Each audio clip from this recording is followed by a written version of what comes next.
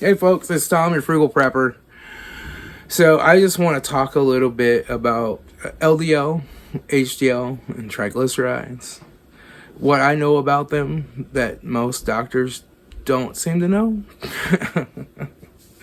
They just think, well, your numbers on your LDL weren't below 100, so you need to be on a statin. And they don't even know why, and they don't know that cholesterol's good and not bad. And they got very little education on it in college, and they just know to give out these pills, and that's what they do. Cholesterol is actually good. Every cell in your body is made from cholesterol. 98% of the cells in your body make cholesterol. Cholesterol is constantly processed by the liver. The liver uses it to make bile. It's just used for all kinds of things. It's a base molecule for all of your hormones to be made. So it's extremely important to have good, healthy cholesterol numbers. All right. So LDL transports cholesterol from the liver to the tissues, but its primary job is to transport triglycerides. But some cholesterol molecules can dock onto the LDL and take a ride, and they're necessary too. But its primary job is transporting triglycerides to other tissues. And triglycerides are made from those fatty acids and stuff that you use for energy and get transported around, right? And so triglycerides will actually be lower if you're like in ketosis, and they'll be higher if you're just eating a bunch of sugar and you're storing fat. Right. And they'll be higher if you've just eaten and you haven't really fasted. So when your doctor tells you you need to fast for 12 hours before this blood work, and you're like, oh, screw that, I'm still having a donut for breakfast before I get my blood drawn, your triglycerides are going to be high. And that's why a lot of doctors really don't pay too much attention to triglycerides, because they know people don't really fast, so they expect that. Now, I fasted for 48 hours once before taking my cholesterol readings, and my triglycerides came back at a 35. So they're always below 100. They've been as high as in the 70s or something, and they've been as low as 35, but they're usually in between there somewhere. And sometimes I've only fasted for 12 hours, and they're a little higher than if I long-term fast. And fasting for 48 hours just happened because I couldn't go get my blood drawn when I intended to, and so I intended to do it that evening. I couldn't make it in the evening, so I intended to do it the next morning. Couldn't make it in the morning, so I did it the next evening. And by the time I actually got it done, 48 hours went by.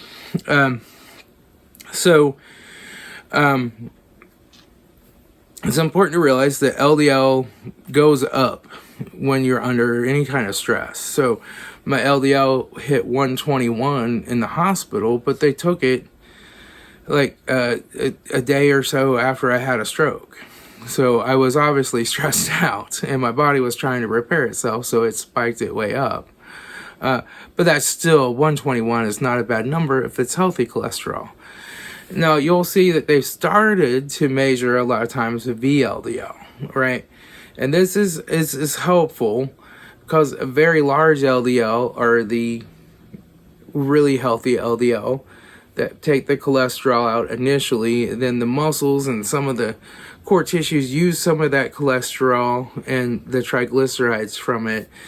And mostly the triglycerides, it uses those, and then they become LDLs. And then peripheral cells use the rest of those triglycerides and some cholesterol, right? And that eventually, that LDL works its way back to the liver and gets refilled or disposed of. If the liver says, oh, you don't need this anymore, it'll break it down, or it'll refill it and send it back out, right?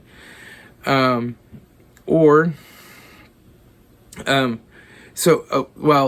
your cell has extra cholesterol that it's either made or that it just didn't need, that it took from the LDL, and it puts those on an HDL, a high density lipoprotein, and sends them back. So your LDL is low density lipoprotein, VLDL, very low density lipoprotein, and your HDL sends it back to the liver.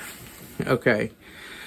But the LDL's primary job is transporting triglycerides. And so when you're in ketosis and you're burning fat, you're going to be transporting a lot of triglycerides from your cells to your liver, right? To burn as energy, right? When you eat a high sugar diet, you're storing all that and your liver's converting it to store it as fat. It's sending those triglycerides out to the fat cells. So your LDL will be higher, right? And your triglycerides will be higher. So that's how that works. Now, what happens? Why is LDL considered to be bad? Why is it associated with heart disease, right? Because we know that there's like cholesterol clots that build up in the arteries and they cause heart disease. They cause heart attacks, right? And why are they there? Well, my belief is that's poison LDL. And what makes it poisonous is, or it's broken. What makes it broken is glycation. So if your blood glucose is high and you're diabetic, pre-diabetic, and like a lot of people are diabetic for years, they have elevated insulin before they actually get their blood sugars out of control. They still have insulin that's 10 times higher than a normal person's, right? So they're overglycating those LDLs and they break them. The liver can no longer see them. They can't dock in an LDL receptor because they're broken. So the liver can no longer see them, reprocess them, break them down, get rid of them, or anything, right? It can't do anything with them. And they can't get out of the body in any way. So eventually they calcify and they can store in your arterial walls. They have a mechanism there by which they can get stored there really easily, and they build up, right? And they break down those walls, and then they keep building up, and then one day there's it pops open, it releases a blood clot, sends it out. Those are the bad broken LDLs caused by overglycation. So you're like, okay, well, I'll take a statin and I'll just get the LDL down, Well, how do statins work? My understanding of statins is it increases the LDL receptors in the liver and causes it to essentially absorb more. It sees more LDL than is really there, so it starts to get rid of all this extra LDL that it thinks is in your blood, but it's not really too high. It just, so it makes it more sensitive and makes it get rid of that cholesterol. What's the problem with that? The liver can only get rid of healthy cholesterol. It can't get rid of broken ones. So you're getting rid of your healthy cholesterol, which is causing all kinds of muscle cramps, muscle weakness, cells not to be created right, hormonal problems, right? It's causing all these problems because you're no longer transporting appropriate triglycerides or cholesterol to the cells. And it doesn't get rid of the bad, poisonous, broken cholesterol that causes heart disease and strokes. So taking LDL will actually many times increase your risk of a stroke or a heart attack, not decrease it. So what you have to do is really work on your insulin resistance, your blood glucose, and, get that under control. The other thing is having a leaky gut. By eating lots of sugar and highly processed food, your gut has this bacterial wall, lining, slimy layer in it that plugs off all the little holes. When you poison that and you get rid of it, your gut starts to leak. It leaks these things called endotoxins that will dock to an LDL molecule and will then get attacked by your immune system, and your immune system breaks it. So overglycation, poisoned by endotoxins, are the two main reasons that LDL become broken and get calcified and stuck to your arteries. Okay, so statins are bad. They just are. They're the most prescribed medication in the country, and they're killing people. If you're on a statin because you've had a heart attack, you're more likely to have another heart attack. If you're on a statin because you've had a stroke, you're going to be more likely to have another stroke. I believe that. You believe what you want to believe, but I believe that. So I don't take statins. And I can tell you that, you know, not being on a statin, my stroke recovery is going really well. It's not fun. Part of my brain died, and I'm having to learn to use other parts of my brain to get around that. But it's gone really fast and really good. It's been a challenge, when you walk and everything's spinning and you're dizzy and you're lightheaded, it sucks, right? But that's gone away now, for the most part. I mean, I get just a tad lightheaded once in a great while, but mostly I am just fine. I am on the blood pressure medications to try to keep the BP down, and I'm working my way through that. And I'm working on losing more weight. So how do I deal with the insulin resistance, right? So my last A1C came back at a 6.1. That's not bad. I mean, I used to have A1Cs in the 14s on 300 plus units of insulin a day. I went in the hospital for my stroke. They don't serve keto food in the hospital. I was still hungry, so I had a cheeseburger with bread and some fries, And I came out of the hospital and I was breaking the keto rules there for a little while.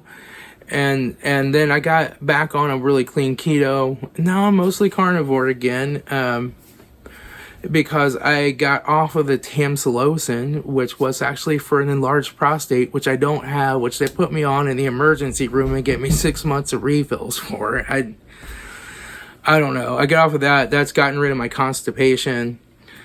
I'm still peeing fine. It's got rid of my lightheadedness and dizziness as well.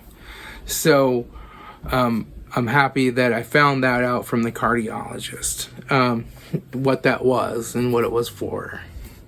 And I quit taking it.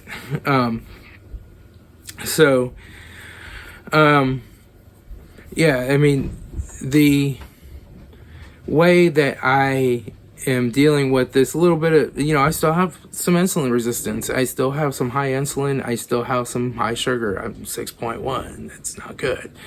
So what I've started to do is just eat one meal a day. And I will eat. If I get really hungry at night, I'll have some liver or some beef, but just a little bit of it, right? But I eat a really big meal for breakfast, right? I'll eat 8 or 10 eggs. I'll eat a pound of bacon.